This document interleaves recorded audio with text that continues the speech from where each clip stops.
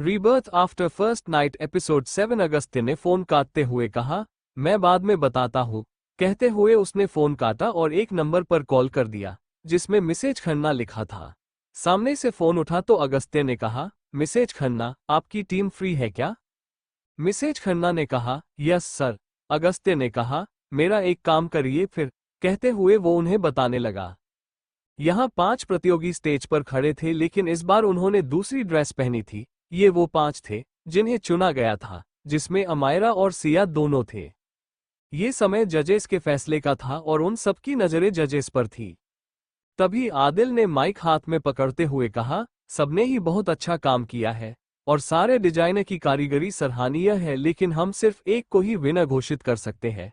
कहते हुए उसने निशा की तरफ देखा तो निशा ने अपने हाथ में पकड़े माइक को पकड़ते हुए कहा, हम जिस बैंड और जिस कंपनी को सेलेक्ट कर रहे और जिसे विजेता घोषित कर रहे हैं वो है। इतना कहकर उसने माइक होठों के पास हटा दिया। इस समय सबकी धकड़ने रुकी हुई थी, सब यही सोच रहे थे कौन जीतेगा। तभी अर्जुन ने कहा, मिस सिया। कहते हुए वो मुस्कुरा दिया। एक पल के वहां पर शांति छा गई और सबकी नजरें एक साथ सिया की तरफ घूम गई, लेकिन इन नजरों में एक गुस्से से भरी नजरें थी जो थी अमायरा की। तभी अभय ने कहा, मिस सिया है विनर। अभय की आवाज सुनकर सब लोग चिल्लाने लगे। अगस्त्य अपने घर से बाहर निकला और कार में बैठ गया और कार सड़क की तरफ घुमा दी। कुछ देर बाद उसने कार रोकी और सामने देखा जहां एक बिल्डिंग का पीछे का हिस्सा था। ये वही बिल्डिंग थी जिसमें कंपटीशन था और सिया जीत चुकी थी। वो एक नजर बिल्डिंग पर डालकर एक नंबर पर फोन मिला दिया। सामने से फोन उठा और आवाज आए, हेलो। अगस्त्य ने कहा, सिया, घर नहीं चलना क्या? सिया की आवाज आए, 2 मिनट बस। अगस्त्य ने कहा, मैं आपकी बिल्डिंग के पीछे वाले गेट पर हूँ। सिया की आवाज आए, आप, मैं आती हूँ। अगस्त्य ने हम कहा और फोन काट दिया। यो सिया का इंतजार करने वाला था, इसलिए उसने बोर न होने का एक साधन निकाल लिया और कार में गाना चला गया। निसा से सानी सा सा सारे गारे सा, निसा से सानी सा सा सा रे गा रे सा। पाथा था थापा था निसानी था निधाने थापा। यहाँ सिया को बाकी के प्रतियोगी बधाई दे रहे थे, जिन्हें शुक्रिया कहते हुए सिया अपने रूम में आ गई थी, जहां कपिल, सृष्टि और रविंद्र खुशी से उसका इंतजार कर रहे थे और उसे देखते ही बधाई देने लगे। मैंने जब देखा था तुझको रात भी वो याद है, मुझको तारे गिनते गिनते सो गया। सबसे बात करते हुए सिया की नजर फोन पर गई तो उसके होठों पर मुस्कान आ गई। अगस्त्य उसे लेने आया था। दिल मेरा धड़का था, कस के कुछ कहा था तूने, हंस के मैं उसी पल तेरा हो गया। अगस्त्य ने अपना सिर सीट पर लगा लिया। उसके होठों से मुस्कान जाने का नाम नहीं ले रही थी। शायद सिया की ये जीत उसकी खुशी का कारण थी। आसमानों पे जो खुदा है उससे मेरी यही दुआ है, चांद ये हर रोज में देखें तेरे साथ में। सिया जल्दी से कपड़े बदलकर जाने लगी, तभी कपिल वहां आया और बोला, मैं छोड़ दूं। सिया ने न कहा और जल्दी से वहां से बाहर की तरफ आने लगी। आंख उठी, मोहब्बत ने अंगड़ाई ली, दिल का सौदा हुआ चांदनी रात में। ओ तेरी नजरों ने कुछ ऐसा जादू किया, लुट गए हम तो पहली मुलाकात में। ओ आंख उठी। अगस्त्य खिड़की खोलकर कार से बाहर आ गया। खिड़की खुलने की वजह से गाने की आवाज बाहर तक आ रही थी। सिया भागकर कॉरिडोर से होते हुए गेट के पास आई, गेट खोलकर बाहर आ गई। गेट खुलते ही उसकी नजरों के सामने अगस्त्य कार से तेक लगाया नजर आया। अगस्त्य की नजर जब सिया पर गई तो उसके होठों पर मुस्कान आ गई जो कुछ बड़ी थी। पांव रखना ना जर्मी पर जान, रुक जा तो घड़ी भर। सिया अगस्त्य को देखकर तेजी से उसके पास आई और उसके गले लग गई।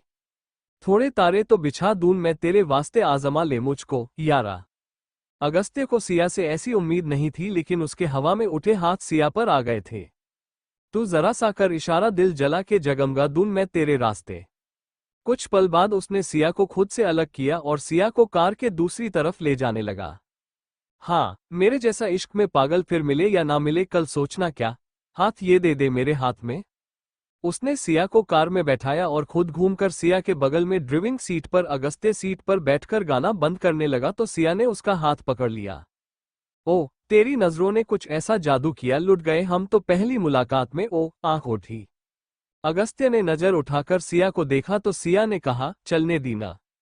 अगस्त्य ने एक नजर सिया की तरफ देखा, फिर कार सड़क पर दौड़ा दी, बिना इस बात पर गौर किए कोई पीछे छूट गया था। हाँ, किस्से मोहब्बत के हैं जो किताबों में सब चाहता हूं मैं संग तेरे, दोहराना कितना जरूरी है अब मेरी खातिर, तू मुश्किल है लफ्जों में कह पाना। अगस्त्य के होठ भी गाने के गा रहे थे और नजरें बार बार सिया की तरफ घूमा रही थी।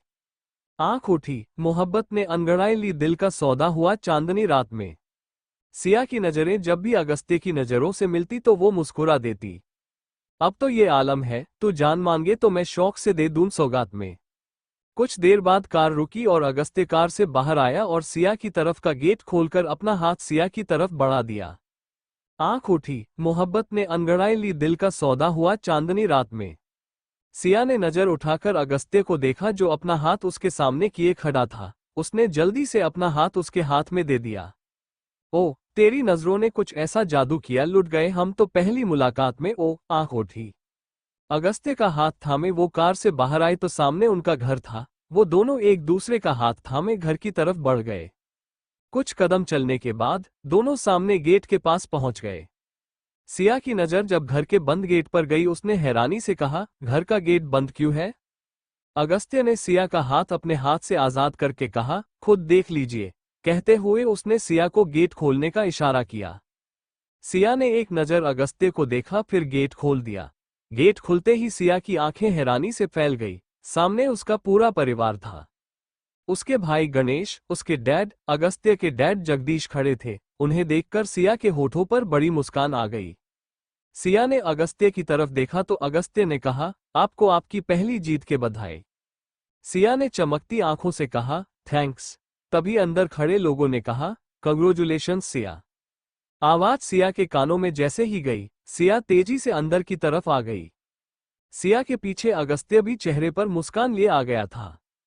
दूसरी तरफ, तुम नहीं हारे हो फ्लिक्स ए राइट फैशन, मेरा बैंड, मेरी कंपनी की भी हार हुई है। तुमने कहा था हम जीत जाएंगे, इस हार के बारे में क्या कहना चाहोगे?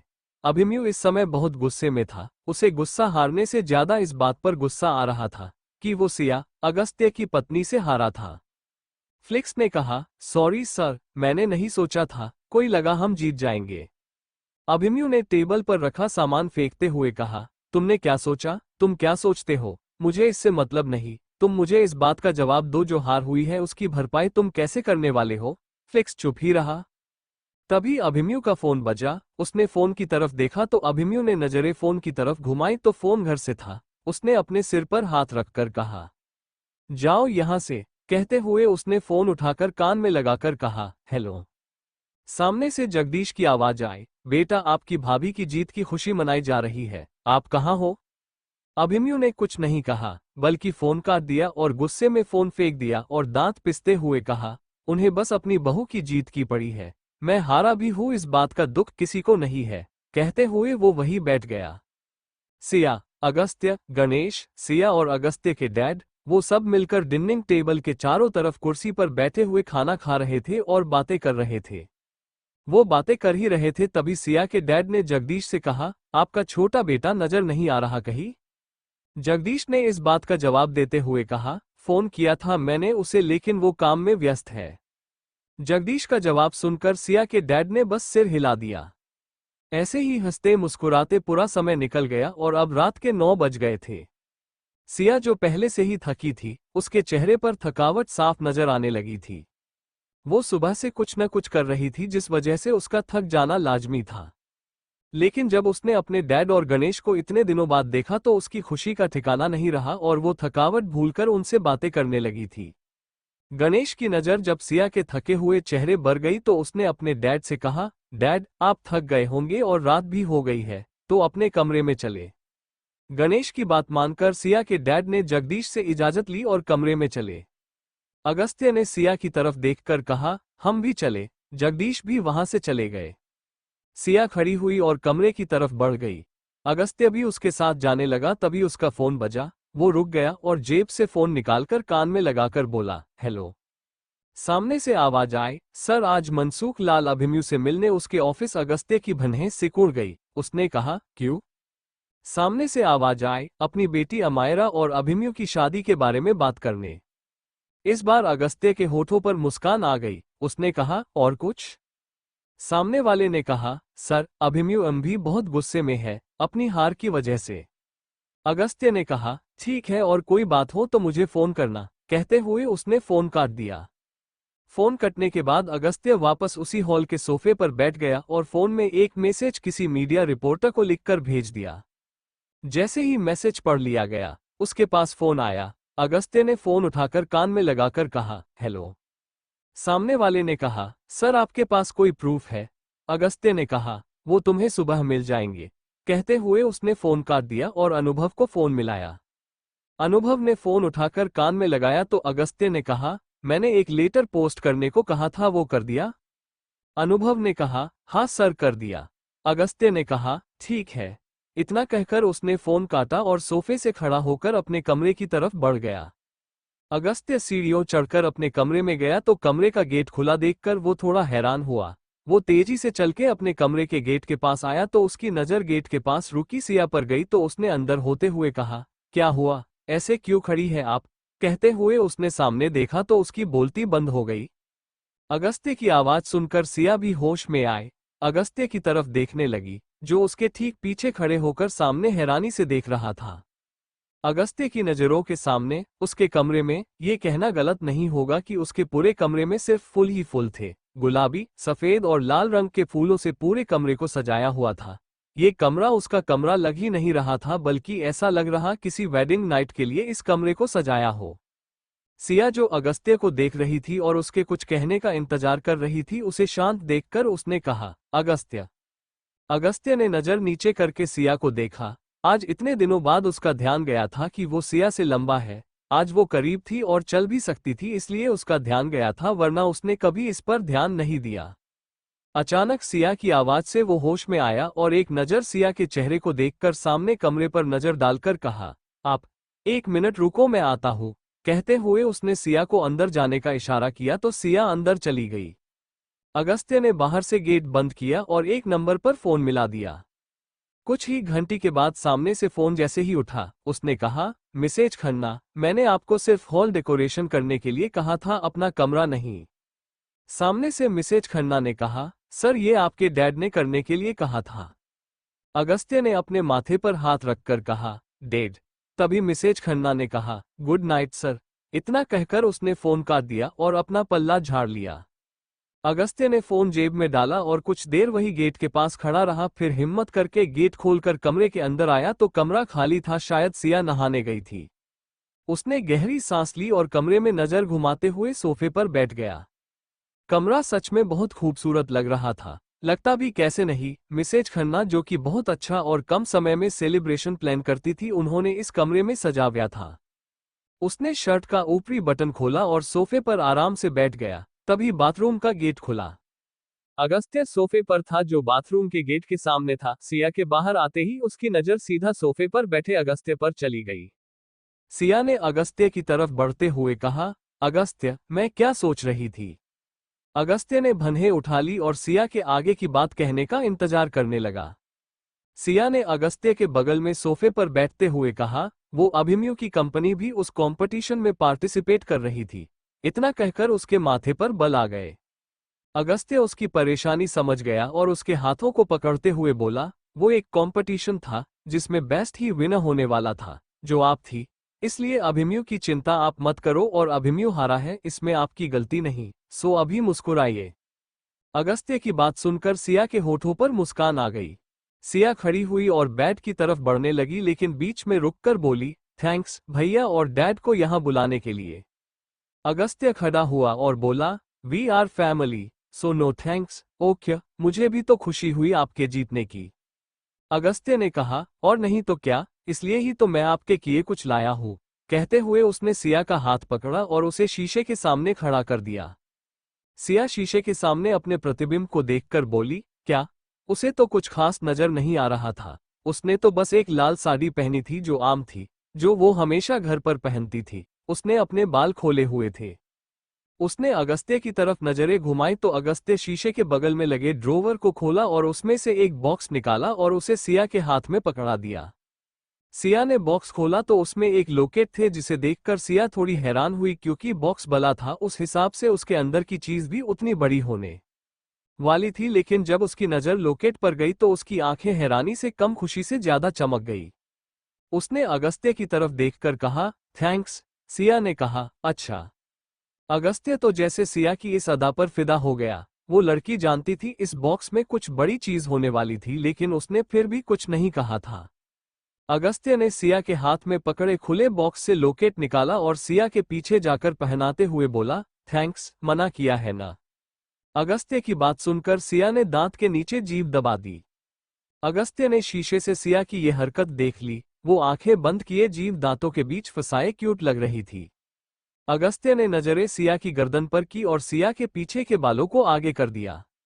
लेकिन जैसे ही उसने सिया के बाल आगे किए तो उसकी सांस अटक गई। सिया के ब्लाउज के पीछे का गला कुछ बड़ा था, जिससे सिया की खुली पीठ नजर आ रही थी। अगस्त्य ने घूंट गले से नीचे उतारा और सिया के गले में लॉकेट डालते हुए कहा, मैंने आपको कॉम्पिटिशन में देखा था। अगस्त्य की बात सुनकर सिया के होठों पर मुस्कान आ गई और वो बोली, आप वहां थे, मैं कैसी लग रही थी? अगस्त्य ने जवाब दिया, वैसी ही जैसी अभी लग रही है, बहुत खूबसूरत, लेकिन एक चीज की कमी थी। कहते हुए उसने अपने हाथ वापस खींच लिए। उसने लॉकेट बांध दिया था। सिया ने पलटकर सवाल किया, किस चीज की? वो जानने के लिए उत्सुक थी। अगस्त्य की नजरें जैसे ही सिया पर गई उसने कहा, मंगलसूत्र की। सिया को समझ नहीं आया तो अगस्त्य ने अपने दोनों हाथ सिया की कमर में डाले और उसे अपने करीब खींचते हुए कहा, मुझे बिल्कुल अच्छा नहीं लग। लोग आपको देख रहे थे, इसलिए आज से आप ये लॉकेट नहीं, ये मंगलसूत्र पहनेंगी हमेशा। अगस्त्य की बात सुनकर सिया ने अगस्त्य को धक्का देते हुए कहा, आप मुझे डरा रहे हैं, बता रहे हैं या चेतावनी दे रहे हैं? अगस्त्य को सिया की इस हरकत की उम्मीद नहीं थी और उसके हाथ सिया से हट गए, जिसका फायदा सिया ने उठा लिया और वहां से कमरे के दूसरे कोने की तरफ भाग गई। अगस्त्य ने उसका पीछा करते हुए कहा, आप कुछ भी समझे, मुझे मतलब नहीं, लेकिन मुझे अच्छा नहीं लगा। कहते हुए वो सिया के पास आ गया। सिया बेड के पास खड़ी थी और सामने अगस्त्य था। उसने पीछे होते हुए कहा, ठीक है। अगस्त्य ने आगे कहा, और साड़ी रोज रोज नहीं पहनेगी? सिया ने पीछे होते हुए कहा, क्यों? लेकिन पीछे होने के चक्कर में उसका ध्यान नहीं गया और पीछे बेड से टकरा गई और बेड पर गिरने लगी, लेकिन वो गिरने के डर से उसने अगस्त्य की शर्ट पकड़ ली, जिस वजह से सिया के साथ अगस्त्य भी बेड पर गिर गया। लेकिन जहां सिया के ऊपर थी वही अगस्त्य सिया के ऊपर। बेड पर अचानक से गिरने के कारण बेड के चारों तरफ लगे फूल उनके ऊपर गिरने लगे। दोनों की नजरें एक दूसरे पर थी। अगस्त्य ने सिया की आंखों में झांकते हुए कहा, क्योंकि आपको साड़ी में देखकर नियत बिगड़ने लगती है मेरी। अगस्त्य की बात सुनकर सिया की आंखें खुली की खुली रह गई। अगस्त्य अपनी बात कहकर सिया के ऊपर से हट गया और बेड पर लेटते हुए बोला, आज आप बहुत थक गई होंगी, सो जाइए। सिया कुछ पल तक अगस्त्य की बात का मतलब ही नहीं समझ पाए, लेकिन जब उसकी समझ में आया उसके गाल लाल हो गए और वो जल्दी से बेड के दूसरे कोने पर लेट गई। जहां सिया और अगस्त्य दोनों ही आज की जीत की खुशी बना रहे थे, वही कोई बड़ी सी बिल्डिंग में बैठा परेशान हो रहा था। उसके सामने रखे लैपटॉप पर एक तस्वीर थी जिसमें अगस्त्य और सिया साथ में थे। ये फोटो तब खींची गई थी जब अगस्त्य सिया को आज कार से लेने आया था। किसी ने उनकी फोटो खींच ली थी, लेकिन इसमें सिया का पूरा चेहरा दिख रहा था, अगस्त्य की सिर्फ पीठ ही नजर आ रही थी। वो शख्स उस स्क्रीन को देख ही रहा था, तभी उसके कैबिन का गेट खुला और कपिल अंदर आया। उसके साथ ही दो और आदमी अंदर आए। कपिल ने कहा, शिवम सर, काम हो गया है। उस कैबिन की कुर्सी पर बैठे शख्स शिवम ने नजर कपिल से हटाकर स्क्रीन की तरफ घुमाई तो फोटो हट गई थी। शिवम ने कहा, वेल डन, तुम सब जा सकते हो। शिवम की बात सुनकर सब लोग वहां से चले गए। कपिल गेट के पास आकर बोला, कांग्रेस सर, हमें मैगजीन का कंट्रैक्ट मिल गया। ये तस्वीर सोशल साइट पर थी। शिवम ने नजर उठाई और कहा, हम। कपिल बस वहां से चला गया। शिवम ने तस्वीर देखी, फिर खड़ा हुआ और वहां से बाहर निकल गया, उसी बिल्डिंग से जिसके ऊपर बड़े बड़े अक्षर में लिखा था, ओरिजिन फिल्म कंपनी। शिवम ने एक नजर बंद गेट की तरफ देखा, फिर अपने हाथ में पकड़े फोन की तरफ जिसमें सिया की तस्वीर थी। सिया जिसने एक सफेद टी शर्ट और नीली शॉर्ट डाली हुई थी, जिसमें वो बहुत क्यूट लग रही थी, एकदम प्यारी बच्ची की तरह। वो सिया थी जो सोते हुए उस पर आ गई। वो उसके सीने पर सिर रखकर सोई थी। उसका एक हाथ अगस्त्य के चेहरे दूसरी तरफ था और दूसरा उसी के नीचे। अगस्त्य की आंखें हटने का नाम नहीं ले रही थी। ये लड़की जो अक्सर बेड के एक कोने में रहती, लेकिन जब से उसके पैर ठीक हुए हैं वो बेड पर इधर उधर होती रहती थी। एक तो ये लड़की दिखने में इतनी मासूम, ऊपर से इसकी हरकतें बच्चों वाली, जो उसकी कमजोरी बन गई थी। सिया को देखकर उसके होठों पर मुस्कान आ गई। लेकिन ये मुस्कान ज्यादा देर रहने वाली कहाँ थी और सिया की हरकतें कहाँ रुकती। सिया ने नींद में ही अपना हाथ, जो अगस्त्य के चेहरे के पास रखा था, उसे नीचे करने लगी। सिया का हाथ अगस्त्य के चेहरे से होते हुए उसके सीने पर आ गया। अगस्त्य के होठों की मुस्कान गायब हो गई। सिया ने सोते हुए करवट ली और बेड के दूसरे कोने में चली गई। अगस्त्य अब सिया से आजाद हो चुका था। अगस्त्य बेड पर बैठ गया और एक नज़र सिया को सोया देखकर बेड से खड़ा हुआ। उसने सिया को देखा जो करवट बदलकर अब बेड के एक कोने में चली गई थी। अगली सुबह अगस्त्य आंखें बंद किए हुए सोया हुआ था। उसकी नींद जब थोड़ी हल्की हुई तो उसे अपने ऊपर थोड़ा वजन महसूस हुआ। उनसे हल्के से अपनी आंखें खोली। सामने एक खूबसूरत चेहरा उसकी सुबह खुशनुमा बनाने के लिए तैयार था। अगस्त्य सिया को एक नज़र देखकर कपड़े लेकर बाथरूम में जाने लगा। तभी उसकी नज़र बाथरूम के गेट पर लगे फूलों पर गई। उसने बाथरूम का गेट खोलकर कहा, ये सब हटाना होगा। इतना कहकर वो बाथरूम के अंदर चला गया। कुछ देर बाद वो नहा धोकर कमरे से बाहर निकला। उसने इस समय पेंट और शर्ट डाली थी। शर्ट के ऊपर के 2 बटन खुले थे और वो अभी पैंट के बाहर थी। उसने अपने गले में टॉवल डाला हुआ था। उसके गीले बालों से पानी टॉवल पर ही जा रहा था। वो टॉवल से अपने बालों को सुखाने लगा। तभी उसकी नज़र सिया पर गई जो उसके जाने के बाद भी थोड़ा और सरक गई थी। सिया को देखकर उसे एक शरारत सूझी। वो होठों शरारती भरी मुस्कान आ गई और वो धीमे कदमों से सिया के पास आया और अपना चेहरा सिया के चेहरे के करीब करके रुक गया। सिया दिन दुनिया से बेखबर सोने में लगी थी। ये देखकर अगस्त्य की मुस्कान बड़ी हो गई और उसने अपने बाल तेजी से झटके तो उसके गीले बालों की बूंदें सिया के चेहरे पर गिरने लगी। सिया को जब पानी की बूंदें जब अपने चेहरे पर महसूस हुई तो उसकी नींद खुल गई। उसने आंखें खोली तो अगस्त्य का शरारती चेहरा नजर आया। सिया अगस्त्य की शरारत समझ गई और उसे धकेलते हुई बोली, तुम।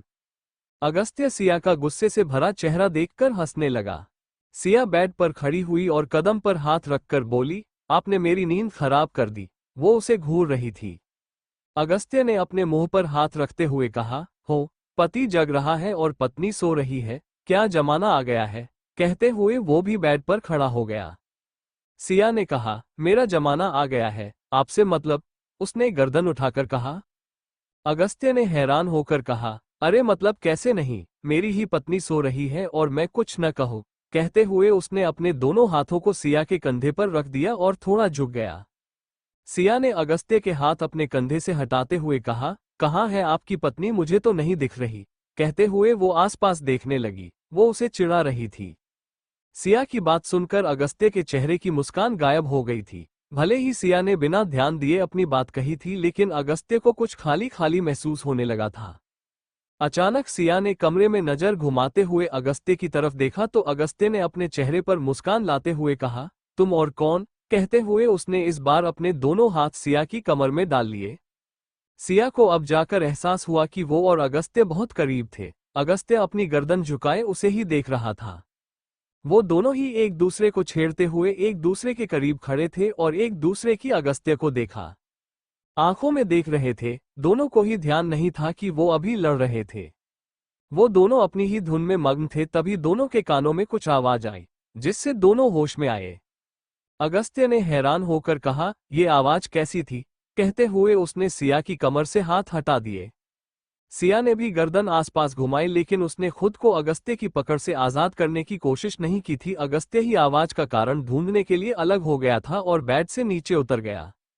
सिया भी बेड से नीचे आई और आसपास ढूंढने लगी। तभी उसकी नजर बेड के एक पैर पर गई तो उसने कहा, लगता है आज रात हम बेड पर नहीं सो पाएंगे। सिया की बात सुनकर अगस्त्य ने सिया की तरफ देखकर कहा, क्यों। सिया ने बेड के पैर की तरफ इशारा करते हुए कहा, बेचारा बहुत कमजोर हो गया है। अगस्त्य सिया के माथे पर मारते हुए बोला, ये कमजोर नहीं हुआ है बल्कि आपका वजन ही बढ़ गया है। बेचारा मेरा बेड। कहते हुए उसने अफसोस में सिर हिला दिया। अगस्त्य की बात का मतलब समझकर सिया ने कहा, आप मुझे मोटी कह रहे हैं। अगस्त्य ने कंधे उठाते हुए कहा, ये तो आप कह रही है, मैंने तो कहा ही नहीं। सिया ने अगस्त्य को उंगली दिखाते हुए कहा, आप देखना। अगस्त्य ने सिया की उंगली पकड़ते हुए कहा, आप दिखाइए तो जरा। कहते हुए शरारत से मुस्कुराने लगा। तभी सिया की नजर अगस्त्य के गीले बालों पर गई तो उसने अगस्त्य का हाथ पकड़कर बैठाते हुए कहा, बाल तो सुखा लेते, अगर जुकाम हो गया तो। कहते हुए वो उसके गले से टॉवल लेकर उसके बाल सुखाने लगी। अगस्त्य ने बेफिक्री से कहा, कोई नहीं, मैं आपको भी कर दूंगा। सिया अगस्त्य की बात सुनकर रुक गई और टॉवल अगस्त्य के बालों पर फेंकते हुए बोली, खुद ही कर लीजिए फिर। इतना कहकर वो बाथरूम में चली गई। सिया को ऐसे जाते देखकर अगस्त्य के चेहरे पर मुस्कान आ गई। बहुत सी सुंदर तरीके से कमरा सजा हुआ था। वो किसी लड़की का कमरा था, जिसका गेट धाट की आवाज के साथ खुला और अमायरा अंदर आए। उसके कान में फोन लगा हुआ था। उसकी आंखों में खुशी और उत्सुकता दोनों ने ही जगह बना रखी थी। उसे देखकर लग रहा था वो किसी का इंतजार कर रही थी, बहुत बेसब्री से। अमायरा कमरे में आकर सीधा सोफे पर बैठ गई और टीवी चालू कर दिया। उसने टीवी पर न्यूज़ चल रही थी, लेकिन अमायरा को शायद कोई और ही खबर सुननी थी, जिस वजह से वो रिमोट से चैनल बदलने में लगी थी। लेकिन आखिर में इतने चैनल बदलने के बाद भी उसे अपनी पसंद का चैनल नहीं मिला, जिस वजह से वो उसके चेहरे पर खुशी के भाव धीरे धीरे कम हो गए और वो कमरे में इधर उधर घूमने लगी। तभी उसके कमरे का गेट खुला और उसकी मैनेजर वहां आए और कुछ न्यूज़पेपर अमायरा के हाथों में रख दिया। अमायरा ने जैसे ही न्यूज़पेपर खोले, उसमें सिया की जीत की खबर पहले ही पेज पर थी। हर न्यूज़पेपर में यही हालत थी, लेकिन अमायरा का ध्यान उस पर नहीं गया। वो तेजी से न्यूज़पेपर के पेज पलटने लगी और ढूंढने लगी, लेकिन उसे कुछ नहीं मिला। अमायरा ने तेजी से सारे न्यूज़पेपर खोल दिए और इस जल्दी में उसने पूरे न्यूज़पेपर के पेज अपने आसपास बिखेर दिए। आखिर में उसने न्यूज़पेपर को फाड़ते हुए कहा, कहाँ है वो तस्वीर जो तुमने खींची थी?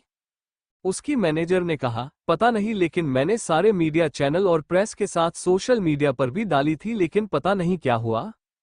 अमायरा ने गुस्से में अपनी मैनेजर से कहा, पता नहीं तुमने भेजी थी भी या नहीं। एक अमायरा ने कहा, तो कहाँ गई? किसने हटा दी एक रात में ये तस्वीर? मैनेजर ने कहा, शायद सिया की कंपनी ने।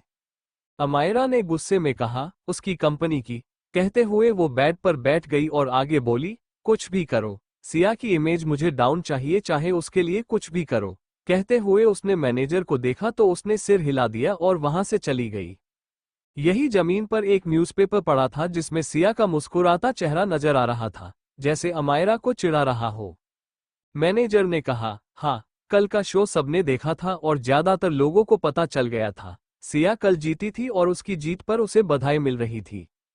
सिया बस सबको थैंक्स कहकर अपनी ड्रेसिंग रूम में जा रही थी।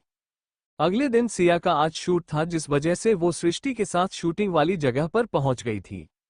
यहाँ कोई और भी तैयार हो रहा था, जो थी अमायरा। आज कार्तिक, सिया और अमायरा का साथ में सीन था। आज पहली बार सिया और अमायरा साथ में सीन शूट कर रहे थे, वरना सिया या अमायरा दोनों में से कोई एक ही सीन एक दिन में होता था। अमायरा के हाथ में पेपर थे जिसमें उसके डायलॉग लिखे थे, जिसे पढ़कर उसे अच्छा लग रहा था। वो अभी पढ़ ही रही थी, तभी उसका फोन बजा। उसने फोन की तरफ देखा तो फोन उसके डैड का था। अमायरा ने फोन की तरफ देखा, फिर फोन उठाकर कान में लगाकर कहा, हेलो डैड। सामने से मनसूख लाल की आवाज आए, तुम अभिमन्यु से मिलने गई थी? अमायरा ने कहा, नहीं डैड। मनसूख लाल ने कहा, तुमसे कहा था न अभिमन्यु से मिलो। तुम्हें पता भी है मैंने कितनी मेहनत की थी उसे शादी के लिए मानने के लिए, लेकिन कल तुम हार गई। पता नहीं उनके दिमाग में क्या चल रहा है। आज ही उससे मिलो और पता करो उसके दिमाग में क्या चल रहा है। अमायरा ने कहा, ठीक है, कहकर फोन काट दिया। अमायरा ने फोन टेबल पर रखा, तभी उसकी मैनेजर आ गई और उसे चलने के लिए कहा। अमायरा वहां से चली गई। जहां कार्तिक पहले से ही खड़ा था, उसने आज राजकुमार के कपड़े नहीं पहने थे, बल्कि आज किसी योद्धा के कपड़े पहने हुए थे। उसके हाथ में एक तलवार थी, शायद वो अभी अभ्यास कर रहा था। तभी सिया भी वहां आ गई। सिया पर नजर जाते ही अमायरा की आंखें गुस्से में लाल होने लगी। तभी उसके कानों में कार्तिक की आवाज आई, ये लड़की सच में हुनर रखती है, वरना कल का कंपटीशन वो जीत नहीं पाती। कार्तिक की बात सुनकर अमायरा को ध्यान आया कि अभी वो कहाँ थी। एक छोटी सी गड़बड़ लोगों को उसके खिलाफ कर सकती थी। उसने मुस्कुराते हुए कहा, हाँ, मेरी तो कल तबीयत बहुत खराब थी। डॉक्टर ने पूरे दिन का रेस्ट बोला था। अगर मैं रेस्ट करती तो अच्छा होता। अमायरा की बात सुनकर कार्तिक ने अमायरा की तरफ देखा। उसने शो नहीं देखा था, इसलिए उसे नहीं पता था कि कंपटीशन में कौन कौन था। उसे बस सिया का पता था कि वो जीती थी। वो भी उसका असिस्टेंट बता रहा था, इसलिए उसने कहा, आप भी थी क्या कंपटीशन में?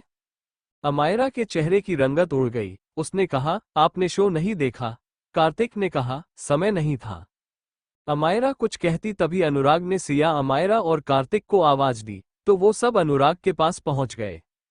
अनुराग की नज़र जब सिया पर गई तो उसने कहा, कांग्रेचुलेशन सिया, कल की जीत के लिए। कहते हुए उन्होंने सिया की तरफ हाथ बढ़ाया तो सिया ने थैंक्स कहा। कार्तिक ने भी सिया को बधाई देते हुए कहा, कांग्रेचुलेशन सिया। सिया ने थैंक्स कहा। अमायरा ने सिया की तरफ देखकर कहा, कांग्रेचुलेशन सिया। सिया ने बस मुस्कुरा दिया। तभी अनुराग ने कहा, चलो फिर शूटिंग शुरू करते हैं, पहले सिया और कार्तिक का सीन है, आप दोनों तैयार। कहते हुए उन्होंने सिया और कार्तिक की तरफ देखा तो दोनों ने गर्दन हाँ में हिला दी। अनुराग ने सबको तैयार होने को कहा, फिर शूटिंग शुरू हो गई। पहला सीन जिसमें सिया अवंतिका के पात्र में और कार्तिक राजकुमार अश्विन के रूप में आमने सामने खड़े थे। ये शूट एक बहुत ही खूबसूरत बगीचे में हो रहा था। दोनों के हाथ में तलवार थी, वो दोनों अभ्यास कर रहे थे। अचानक एक हवा का झोंका उनके शरीर को छूकर गुजरा, तभी अवंतिका ने राजकुमार के ऊपर वार करना शुरू कर दिया। राजकुमार वार से बचने की कोशिश कर रहा था, लेकिन उसकी नजरें अवंतिका के चेहरे पर बनी हुई थी। ऐसा लग रहा था जैसे वो अवंतिका से प्रेम करने लगा था। उसकी चमकती आंखें अवंतिका के प्रति मोह साफ जता रही थी। अवंतिका वार पर वार कर रही थी और राजकुमार अश्विन हाथ में पकड़ी तलवार को आगे कर रहा था, जिससे अवंतिका की तलवार उसकी तलवार से ही टकरा रही थी। अवंतिका कुछ पल बाद रुकी और एक कदम पीछे हो गई। राजकुमार अश्विन ने मुस्कुराते हुए कहा, बस इतनी ही ताकत थी। अवंतिका राजकुमार की सुनकर तेजी से राजकुमार पर वार करने लगी तो राजकुमार अपनी जगह से हट गया। राजकुमार के हटने की वजह से अवंतिका नीचे की तरफ झुक गई। वो खुद को संभाल पाती उसका पैर एक पत्थर से टकराया और वो जमीन पर गिरने लगी। तभी राजकुमार ने उसका हाथ पकड़ लिया। अवंतिका ने सिर घुमाकर अश्विन को देखा तो अश्विन ने मुस्कुराते हुए कहा, हमारी सेना नायक तो बहुत कमजोर नजर आ रही है। कहते हुए उसने अवंतिका को खींच लिया। अश्विन के खींचने की वजह से अवंतिका सीधा अश्विन के पास आकर रुक गई। वो दोनों बहुत करीब आ गए थे। दोनों की तलवार अपने अपने हाथ में थी। तभी अवंतिका ने अश्विन की आंखों में देखकर कहा, अगर आपके जैसे राजकुमार हुए तो मैं क्या कोई भी स्त्री कमजोर हो जाएगी। अश्विन अवंतिका की आंखों ने निर्मला और मोह साफ देख सकता था। उसके होठों पर आए मुस्कान जैसे रुकने वाली नहीं थी। तभी बीच में किसी के खांसने की आवाज आई। आवाज सुनकर दोनों होश में आए और नजर घुमाई तो सामने अमायरा थी, जो हैरानी से उन दोनों को देख रही थी। ये सीन था जिसमें अमायरा की एंट्री थी। वो हैरानी से खड़ी हुई थी। अमायरा जो कि राजकुमार की होने वाली दुल्हन के पात्र में थी, जिसका नाम रूपरेखा था। अमायरा को देखकर अश्विन ने जल्दी से अवंतिका का हाथ छोड़ दिया और रूपरेखा की तरफ बढ़ते हुए बोला, रेखा, आपने अपने आगमन की सूचना नहीं दी। आप बताती तो हम आपको स्वयं लेने आते। राजकुमार अश्विन रूपरेखा को प्रेम से रेखा बुलाता था। रूपरेखा ने अवंतिका की तरफ देखकर कहा, हम आपको बुला लेते, लेकिन आपको देखकर लग रहा है कि आप कहीं और ही व्यस्त है। रूपरेखा की नजरों का पीछा करते हुए जब अश्विन ने देखा तो उसकी नजरें अवंतिका पर थी। उसने कहा, अवंतिका आप जाओ। अवंतिका यहां से जाने लगी तो रूपरेखा ने कहा, ऐसा लगता है ये बहुत खास है आपके लिए राजकुमार अश्विन। अश्विन ने कहा, जी हाँ, ये हमारी सेना की सेना नायक है। वो आगे कुछ कहते तभी एक सिपाही आया और अश्विन को महाराज के द्वारा बुलाने की सूचना दी, जिस वजह से उन्होंने अवंतिका से कहा, अवंतिका आप राजकुमारी रूपरेखा को हमारा महल दिखा दीजिए। इतना कहकर वो वहां से चले गए। अश्विन के जाने के बाद अवंतिका ने रूपरेखा को देखकर कहा, चलिए राजकुमारी। कहते हुए उसने रूपरेखा को चलने के लिए कहा, लेकिन राजकुमारी रुकी रही। ये देखकर अवंतिका ने रूपरेखा की तरफ देखा तो रूपरेखा ने नीचे गिरी अश्विन की तलवार उठाकर कहा, हमें भी अभ्यास करना है। अवंतिका को जैसे कोई आपत्ति नहीं थी। उसने अपनी तलवार आगे कर दी। रूपरेखा वार पर वार कर रही थी और अवंतिका उससे आराम से बच रही थी। ऐसा लग रहा था कि जो अवंतिका अभी राजकुमार के साथ लड़ रही थी और ये अवंतिका अलग थी। लेकिन रूपरेखा भी एक राजकुमारी थी, वो भी तलवारबाजी जानती थी। आखिरकार वो थक गई तो अवंतिका ने तलवार वापस जमीन पर रखते हुए कहा, चले राजकुमारी। तभी रूपरेखा ने उस पर पीछे से वार करने लगी। अवंतिका को जब हमले का आभास हुआ तब तक देर हो गई थी। वो तेजी से एक तरफ हो गई, लेकिन हल्की से चूक हो गई और रूपरेखा के हाथ में पकड़ी तलवार ने अवंतिका की बांह पर वार कर दिया। तभी अनुराग ने कहा, कट। सिया की बांह से खून निकलने लगा था। वो अमायरा की तरफ देखकर बोला, अमायरा ध्यान कहाँ है आपका, सिया के चोट लग गई। अमायरा भी जल्दी से तलवार से हाथ हटाते हुए बोली, सॉरी सर, लेकिन मैंने सही ही किया था। सिया में ही देरी से प्रतिक्रिया दी। सिया, आप ठीक तो है ना? चेहरे पर भले ही सिया के लिए परेशानी वाले भाव थे, लेकिन दिल में खुशी भी थी। सिया ने एक नज़र चोट को देखकर कहा, सर क्यों न चोट के साथ ही आगे का सीन शूट कर ले, सही रहेगा ना? तभी सृष्टि भी वहां आ गई और कुछ बोलने को हुई, तभी सिया ने कुछ इशारा किया तो वो पीछे हो गई। सिया की बात सुनकर सब हैरान हो गए। अनुराग ने कहा, लेकिन सिया। अमायरा ने भी कहा, हाँ सर, सिवा सही कह रही है, दर्शकों को अच्छा लगेगा। अनुराग ने कुछ देर सोचा, फिर कहा, okay team, first aid box तैयार रखो और आप दोनों जल्दी से सीन पूरा करें। पोजीशन लीजिए जल्दी जल्दी। अमायरा को जैसे मौका मिल गया। अब फिर से शूटिंग शुरू हुई, लेकिन इस बार अमायरा जानबुझकर लाइन गलत बोलने लगी ताकि सिया अपनी चोट पर पट्टी न लगा पाए। उसने 2 बार तक तो रोके रखा, लेकिन तीसरी बार सही से डायलॉग बोले तब जाकर सीन पूरा शूट हुआ और सिया ने अपने हाथ में पट्टी करवाई और सृष्टि के साथ वहां से निकल गई। इधर अमायरा ने सीन शूट होने के बाद वहां से निकल गई। आज उसकी खुशी का ठिकाना ही नहीं था। आखिर उसने सिया को चोट पहुंचाई तो, और सिया ने कुछ किया भी नहीं था। वो खुश होते हुए अभिमन्यु से मिलने के लिए ए राइट फैशन की बिल्डिंग में गई और रिसेप्शन पर बोला तो रिसेप्शनिस्ट ने उसे इंतजार करने के लिए कहा तो अमायरा कसी पर बैठ गई। अभिमन्यु अपने ऑफिस में बैठा एक फाइल देख रहा था, तभी उसकी टेबल पर रखा लैंडलाइन फोन बजा। अभिमन्यु ने फोन उठाकर कान में लगाया तो सामने से आवाज आई, सर आपसे अमायरा मैडम मिलने के लिए आई है। अभिमन्यु ने कहा, भेज दो। कहते हुए उसने फोन वापस रख दिया और फाइल बंद करके अमायरा के आने का इंतजार करने लगा। वो अपनी कुर्सी से खड़ा हुआ। तभी उसके कैबिन का गेट खुला और अमायरा अंदर आई। अभिमन्यु ने उसे देखकर कहा, कैसे आना हुआ? अमायरा ने सिर नीचे किया और अपने हाथों की उंगलियों को आपस में उलझाते हुए कहा, सॉरी। अभिमन्यु ने हैरानी से कहा, सॉरी किस लिए? अमायरा ने अभिमन्यु की तरफ बढ़ते हुए कहा, मैं कल हार गई। मैंने सच में बहुत मेहनत की थी, लेकिन ज्यादा प्रैक्टिस करने से मेरी तबीयत खराब हो और मैं कंपटीशन में अपना बेस्ट नहीं दे पाए। अमायरा को अपनी ओर बढ़ता देखकर अभिमन्यु पलटा और अपनी कुर्सी की तरफ जाते हुए बोला, हम ओके। यहाँ सिया ने सृष्टि का फोन उसके हाथ में देते हुए कहा, ये वीडियो मेरे फोन पर भेजना और किसी को इसके बारे में मत बताना। सृष्टि ने कहा, किसके बारे में? उसने सिया के हाथ में लगी चोट की तरफ देखा, फिर फोन की तरफ। सिया ने सृष्टि की नाक छूते हुए कहा, दोनों के बारे में। सृष्टि ने कहा, ओके। तभी सिया ने कहा, यही उतार दो, मैं मेट्रो से चली जाऊंगी। सिया की ये बात सुनकर सृष्टि ने कहा, नहीं, आज तो मैं आपको आपके घर छोड़कर ही आऊंगी। वैसे ही आपके हाथ में चोट लगी है, मेट्रो में कैसी जाएगी? मैं तो आपको घर ही छोड़कर आऊंगी। सिया ने सृष्टि से कहा, नहीं, रोक दो कार, मुझे कुछ काम है, मैं चली जाऊंगी घर। सृष्टि ने कहा, लेकिन उसकी नजर सिया के हाथ की तरफ थी। सिया ने उसके कंधे पर हाथ रखते हुए कहा, परेशान मत हो। सिया की बात सुनकर सृष्टि ने कार रोक दी तो सिया आराम से मेट्रो से घर की तरफ जाने लगी। कुछ 1 घंटे के सफर के बाद वो घर के गेट के पास पहुंची तो जब वॉचमैन की नजर सिया के हाथ में गई तो उसने कहा, मैडम आप ठीक तो है ना? सिया ने कहा, हाँ ठीक है, शुक्रिया। कहते हुए वो अंदर गई। उसने चलते हुए अपने हाथ की तरफ देखा। वो कुछ भी कर लेती तो उसका हाथ जरूर दिखता। वो घर के पास पहुंची और गेट के पास खड़ी होकर हॉल में देखने लगी। हॉल खाली था तो वो तेजी से कमरे की तरफ भागी। उसे सांस तब आए जब वो कमरे में पहुंची। कमरे में पहुंचते ही वो बेड पर आराम से लेट गई और घड़ी की तरफ देखकर बोली, बच गई। तभी बाथरूम का गेट खुला और अगस्त्य की आवाज आई, चोट कैसे लगी? अगस्त्य की आवाज सुनकर सिया ने अगस्त्य की तरफ देखकर कहा, आप इतनी जल्दी?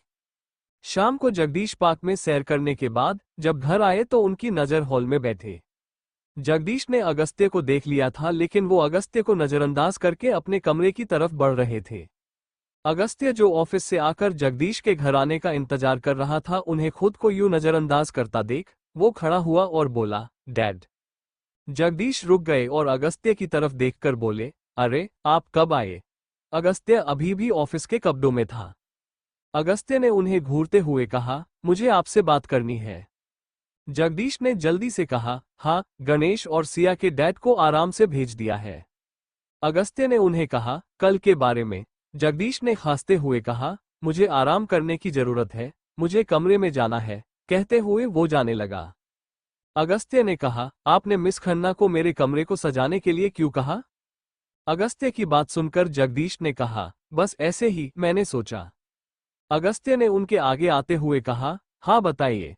जगदीश ने नजरें घुमाते हुए कहा, मैं सोच रहा था कि। अगस्त्य ने कहा था कि। जगदीश अगस्त्य के ऐसे बोलने से चिढ़ गए और बोले, मुझे पोता चाहिए था इसलिए मैंने किया, अब बोलो।